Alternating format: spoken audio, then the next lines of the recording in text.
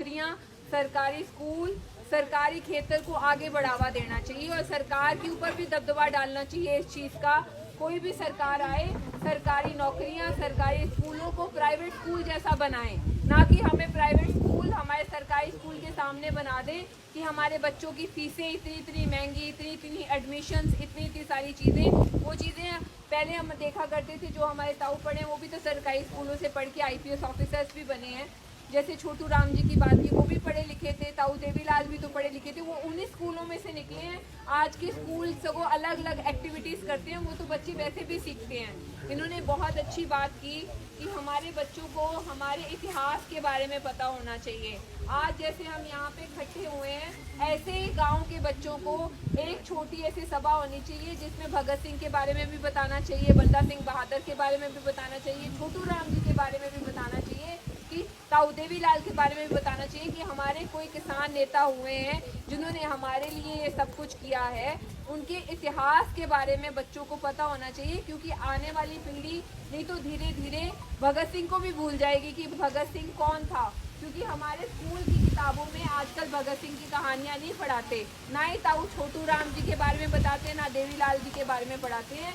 ये हमारे गाँव वालों का ही कर्तव्य बनता है कि अपने इतिहास को जिंदा रखने के लिए अपने बच्चों को ऐसी एक सभा में शाम को कोई पढ़ा सके। क्योंकि स्कूल में से अभी अगर स्कूल बंद है तो आपके गांव में कोई टीचर होता होगा, कहीं उन्हें B.Ed पास किया है, वो उनको पढ़ा सकता है। उनको नौकरियां, सरकारी स्कूल, सरकारी खेतर को आगे बढ़ावा देना चाहिए और सरकार के ऊपर भी दबदबा डालना चाहिए इस चीज़ का।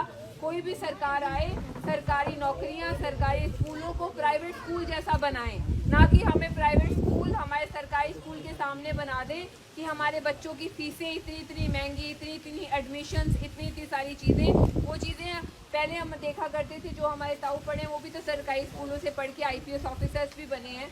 जैसे छोटू राम जी की बात की, वो भी पढ़े लिखे थे, ताऊ देवीलाल भी तो पढ़े लिखे थे, वो उन्हीं स्कूलों में से निकले हैं।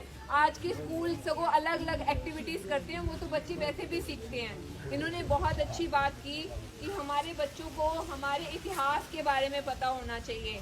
आज जैसे हम यहाँ पे इकट्ठे हुए हैं, ऐसे ही गाँव के बच्चों को एक छोटी ऐसी सभा होनी चाहिए जिसमें भगत सिंह के बारे में भी बताना चाहिए, बंदा सिंह बहादुर के बारे में भी बताना चाहिए, छोटू राम जी के बारे में भी बताना चाहिए, कि ताऊ देवीलाल के बारे में भी बताना चाहिए कि हमारे कोई किसान नेता हुए हैं जिन्होंने हमारे लिए ये सब कुछ किया है।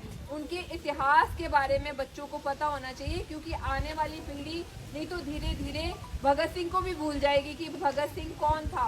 क्योंकि हमारे स्कूल की किताबों में आजकल भगत सिंह की कहानियाँ नहीं पढ़ाते, ना ही ताऊ छोटू राम जी के बारे में बताते, ना देवीलाल जी के बारे में पढ़ाते हैं।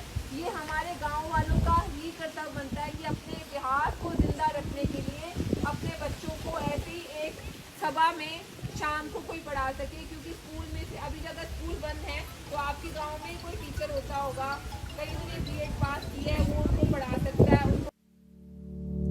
यदि आपको हमारी ये वीडियो पसंद आई तो हमारे चैनल को लाइक, शेयर और सब्सक्राइब करें। ऐसी और अपडेट्स देखने के लिए बेल आइकॉन जरूर दबाएं।